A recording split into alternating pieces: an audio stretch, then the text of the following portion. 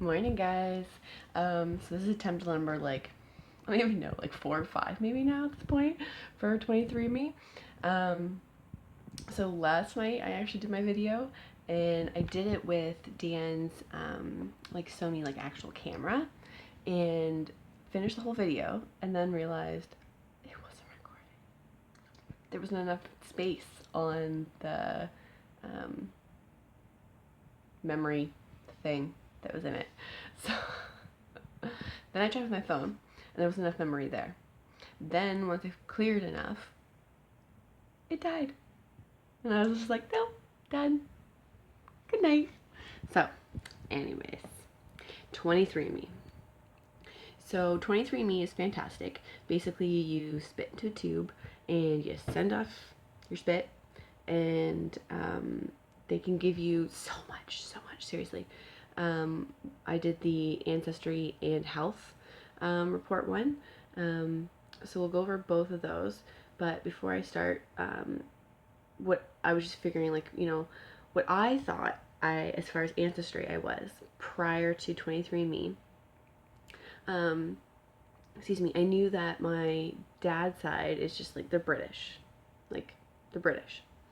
And then on my mom's side, I knew that her biological dad, or I was told her biological dad, is completely German, and her mom is adopted, and so I was told there was potentially like Scottish Irish. They were pretty sure there was some Scottish in there, and that's it.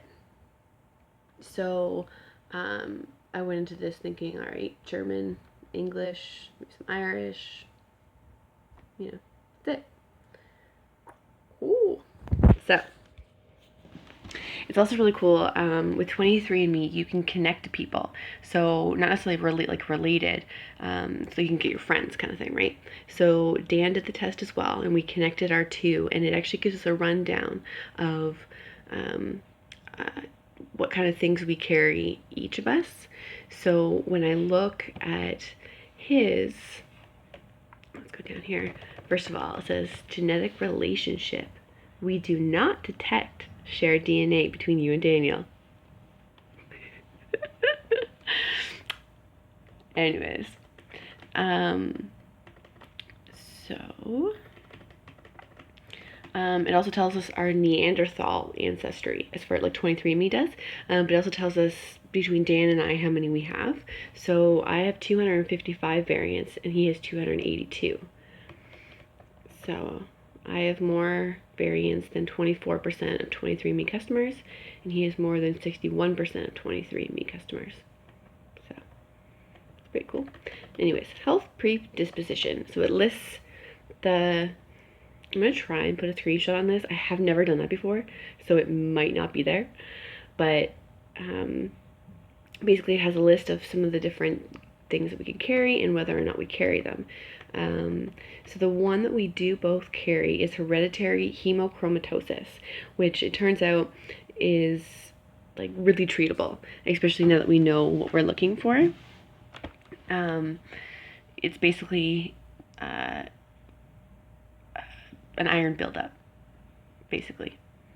It was interesting though, because Dan carries the gene for celiac disease, which my mom and my sister have, and so does our daughter, our oldest one. So I was just kind of assumed, like came through me, which I guess it still could have, like in part, but it was interesting to see it. It's actually in both sides. So we both have a typical likelihood of type 2 diabetes, which always depends on your diet and exercise.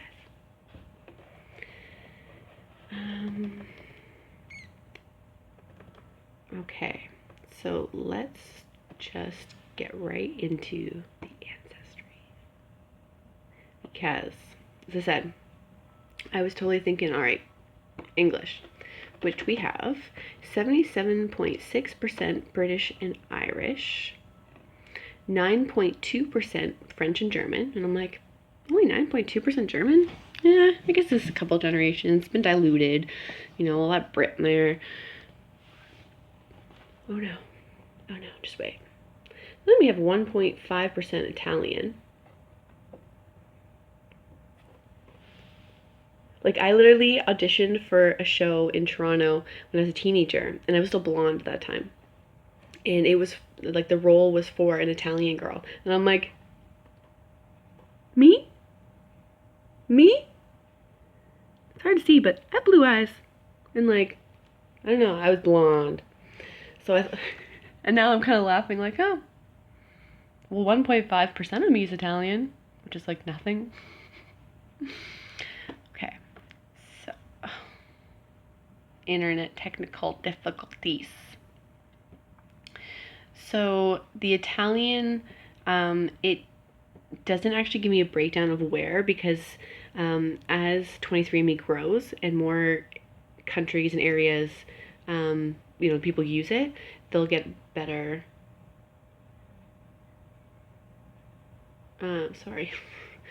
We'll get better results. So for the Italian ancestry, it doesn't actually tell me a breakdown, but for the others, it does. So British and Irish, it tells me different areas where my family would have lived. So in the United Kingdom, we have Greater London, Merseyside, Greater Manchester, Glasgow City, Lancashire, West Yorkshire, Tyne and Wear, interesting, West Midlands, South Yorkshire, and County Durham. And then in Ireland, and this is where it's got cool, we have county, well, they're all county, okay? I'm not going to say county 10 times. You don't want me to.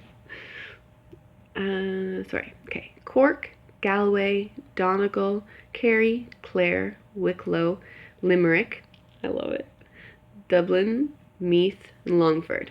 So when it came to the Irish stuff, I was actually able to find my maternal grandmother's line through someone who I matched up with through our DNA, who's Irish and didn't match other, it's kind of a long story, but it basically didn't match anyone else, and we were able to figure out my maternal grandmother's line, and so that was really cool. And I'm gonna do a whole other video on it because it's just really cool. I found some stuff about my ancestors on that side that have to do with Canadian history, and just like some really positive stuff, and it was just really, really exciting. And I found a whole bunch of pictures and like all kinds of stuff about ancestors. So I think I'm gonna do a whole different video about that kind of stuff. But anyways, moving on, because we're all excited about how German I am. Seriously, so my name is spelt the German way, specifically because I'm German. Like, my mom's like, oh yeah, I gotta do the German way. So I'm like, only 9.2% of me is German. And like, in reality, she should be almost like half German if her dad is fully German, right? So it doesn't mean that I'm going to be, a quarter German. It's just not how it works. But 9.2%. So I go click French and German. It gives me the breakdown of like where in France and Germany my family's from. And I get France. No German. None. My family was from, I'm not going to say it because I'm going to totally butcher it, Occitanie.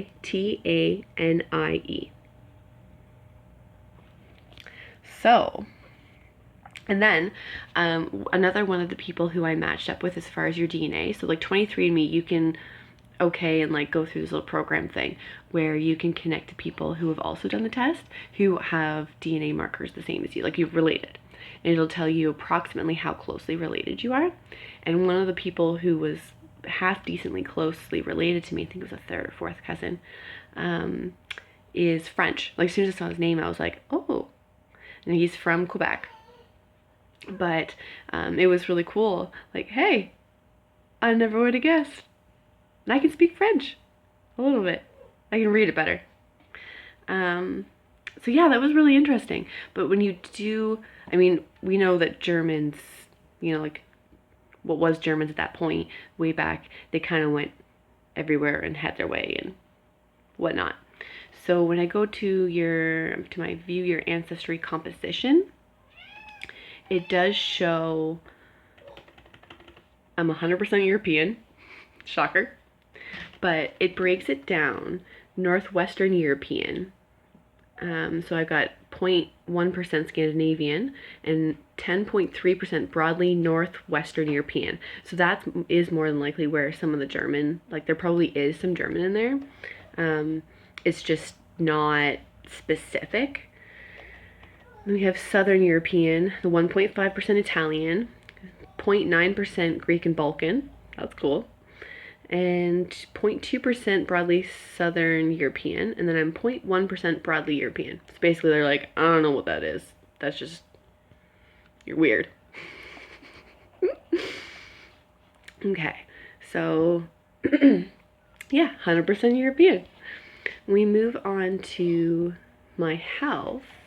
Let's get back up to the top here. Oh darn, I hear the baby. All health reports. So it gives me what kind of variants I have. Alpha 1 antitrypsin deficiency, variant detected, not likely at risk. And then you can click on it and it gives you a rundown of what that is and what your chances are and what kind of things you can do to prevent it possibly happening and how to get more information. We already talked about the hereditary hemochromatosis, and I also have a slightly increased risk for hereditary thrombophilia. Again,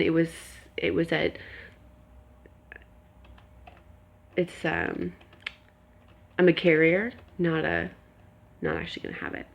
So it's cool too. It gives you wellness stuff. So I don't know how they can figure this out. It's actually really funny. But alcohol flush reaction, unlikely to flush. So I'm unlikely to get all like rosy cheeked, which I think is true. Caffeine consumption, likely to consume more. Hells yeah. I'm on my second cap. And actually it's 10 o'clock. That's not so bad. Deep sleep, more likely to be a deep sleeper.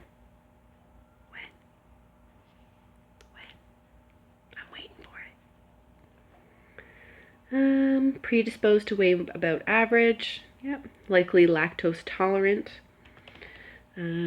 Muscle composition common in elite power athletes. Prior to kids, when I was actually an athlete. Yeah. I mean, not so much now. Saturated fat and weight, likely similar weight. Sleep movement, likely more than average movement.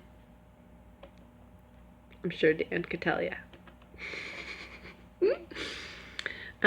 Carrier statuses, already gone over that. Wow, and there's so many, and they're constantly adding some. So the other day I got in my email a notification that they had added the type 2 diabetes report. So I looked at that. It says, same like average likelihood. They're always adding things as science comes forward. Excuse me, and as more people use the test and more of the research happens, then we get, more and more information on these things. So another one that was actually a big reason I wanted to do this test was the BRCA gene mutations. So my mom's maternal line, yeah. Yes, sorry. So, very strong. Not even just the maternal. Yeah, sorry. Okay, I'm like, now I've been doing all this ancestry stuff and looking at all these different relatives and stuff and getting myself all like, woohoo. The maternal line has very strong, they have all pretty much had breast or ovarian cancer. So that was a really, really big one for us, was finding out if I had the gene mutation. And I actually made a trip to Toronto in February of 2018, just before I found out I was pregnant with our daughter, our youngest one. I went to Toronto to get gene testing and was told that because I wasn't 30, I was 29. I just turned 29 and hadn't had cancer yet, I couldn't get the gene testing. I want to know before I have cancer. My cousin had it at 31. So, anyways, so that's all good. But there is another gene mutation, CP something, I can't remember off the top of my head, that is currently in studies right now because they think there's a link directly to breast cancer alone. So, and I do have that gene mutation. So I've submitted my information, my results and everything to be added to the research. And who knows, eventually we may find out that it's not connected or that it is, and then we'll go from there. But it is really cool. Anyways, so it has traits. And this is the most like, what? How? How does my DNA tell you? Like, a lot of this stuff actually I really would have thought was more just like, not necessarily nurture versus nature, but like just environment versus nature. Because like, you know, our first one, she slept through the night like day one. She would sleep, then she'd have a nap, then she'd have another nap. And I was like, no one else does that. Then I babysat another child a couple of years later, and the kid did the same thing. But I later, getting to know the family more and the situation more, realized that it was because, you know, parents weren't getting up when she got up early in the morning. So she would just get to the point where she cried herself back to sleep, and she got so used to it that she would just sleep. So it's like, you know what I mean? Like things like that sometimes, it's kind of an extreme case, but those things can really affect. So I assumed that that was the only, you know, reason. Anyways, so ability to match musical pitch, less likely, definitely. And I am hearing impaired, especially on the left side, so that doesn't make it any easier. I'm terrible. Asparagus odor detection. Like what? Likely can smell. Who knew? Now if only I could cook it, knew how to cook it. Bitter taste, likely can taste. Cheek dimples, likely no dimples. Unless you teach your sister how to play golf.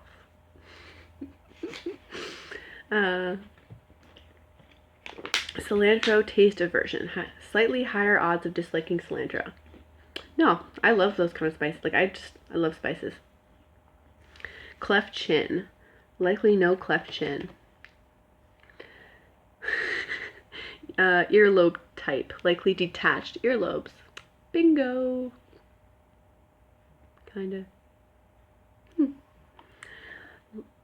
Earwax type. Likely wet earwax. We're not going to talk about if it's wet earwax. Why? Like, why? Why is that even a thing? Eye color. Likely blue or green. They're blue. Fear of heights. This is another one where I was like, really? More likely than average to be afraid of heights. I am terrified of heights. I've never been on a Ferris wheel. I pitched like a full-on meltdown at like 14 when my dad tried to get me to take my younger sisters on. They're several years younger than I am, and I was like, I remember him just being like, Kirsten, seriously? Like, he doesn't swear, but get your shit together. But I actually thought it was because there was an incident with an extra saucer. So in Canada, they're illegal now, but when I was a kid, they were legal, and they had the wheels, and there was an accident. It was totally an accident. It could have happened to anybody. Like, as a parent, like I never blamed them, but as a parent now, like even more so, like shit happens, and I'm okay. But I went down the stairs in it, and I just assumed that that was the only reason, you know, because it was quite a fall. I mean, I can't really see it, but a permanent red mark in my eye from it. But it's kind of cool to see, like, oh, well, hey, maybe I was already predisposed to, I was already gonna have a fear, no matter what happened. Anyways, finger length ratio. Likely ring finger is longer. Longer than what? If I mean my index finger, then yeah, it is slightly longer. Freckles, likely a lot of freckles. I do have freckles, but not as much now as an adult, and it's winter in Canada. in the summer I get more, and as a kid I had way more, but I was way more fair, so it's like fair haired. Hair texture, likely straight or wavy, yep. When I was a kid, it was like, can you just like both go one way or the other, please? Less likely to have thick hair, which is really funny because I have intensely thick hair even after having lost it, about 12 years ago, and it growing back not as thick. It's still incredibly thick. Light or dark hair, likely light. It was pretty much until I dyed it because I was the only blonde in the family and was tired of being made fun of for it. So I colored it, and it never went back. Photic sneeze reflex. So that's where if you see light, like looking at light will make you sneeze. I definitely have that. If I have a sneeze, like, where you're like, come on. I just look at the light, done. And it does say I likely have photic sneeze reflex. Likely no red hair, likely lighter skin, likely prefer salty. All about the salt. Likely big toe longer. They mean than the second toe? Cause no. I'm not showing my feet. Likely no unibrow. Likely to wake up around 8:16 a.m. In what country? It's not mine. By 8:16 a.m. I'm already like had a coffee, fed the baby, got dressed if I get dressed that day, made lunches. Likely no widow's peak. So widow's peak apparently is like where you have like almost like a Mickey Mouse style thing, but I'm all forehead already. So widow's peak on top of that would have been no thank you. So yeah, so I definitely really recommend doing the 23&me, and if you're gonna do it, do the ancestry and the health. Like there's no point in paying for the ancestry and not just putting that extra bit into the health one, because it's constantly adding more stuff, and you can download your raw data and put it into other websites excuse me, to get a full breakdown of all of your gene mutations. So that's how I found the MTHFR gene mutations that both Daniel and I have, and the other one that was related to potential for breast cancer, CP something. So it's really cool. So you get, it's like the gift that keeps on giving. Because this was actually a Christmas or birthday gift. I can't remember. Our birthdays are really close to Christmas. Anyways, I'm like in love with this gift. Best gift ever. Actually, it's funny because one of the other best gifts, like seriously, my sister-in-laws, they just get me. I love all of my sisters. They all get me. But considering I haven't grown up with my sister-in-laws, they get me. Anyways, so there was another cool thing with this. So as I said before, 23&me gives you the people that you might be, like, that you're related to through DNA. And one of them is shown as my second cousin. So I have, well, the first one was first, second cousin. And although I don't know him because it's my mom's paternal cousin, and we're not, like, we don't, whole other long story, but we don't really know them as much and whatnot. Anyways. Families. So, I know who he was. But the second one on the list is a second to third cousin. And so when I spoke to him, he's in his 50s. So that would be his grandparents, or his great-grandparents, sorry, and my second great-grandparents would have been the same. We've been searching. We've been looking. He's been talking to his parents. I have done, like, gone up my line on ancestry.com and then went back down. So, you know, my great-great-grandparents' siblings, I looked down their lines, especially the females. I started with the females first because obviously name changes. Nothing. So now I'm like, who the fuck fucked up? Because somebody had a baby. and either they were adopted out and his family doesn't realize, or there was no, I don't even know. Like, we're both just like, what the heck? Because no matter how much we search, we can't figure it out. We did find, though, that first to second cousin I spoke of is actually related to both. I'm going to call him John, the unknown relative, John. Okay, so we're both related to John, but Dan, the first cousin, is distantly related to John. But he's my second cousin. What? So that just confused me even more. Then, French boy? Yeah, he's related to John as well. But also distantly related. Even though for me, let's see here, he's my third to fourth cousin, but he's distantly related to John. So this eventually is probably going to be a whole other video once I figure this out, because it's going to be pretty exciting to tell you. Unless it's not, then I'll be disappointed. But so far I'm intrigued, and yeah, this whole experience has just been really fun. So everybody, get your 23&me test kit. You do not have to okay giving it to research. It asks you, it's not going to sell your information. There's so many safeguards. You have to okay everything. Even before you open a report, you have to read something about it and okay it.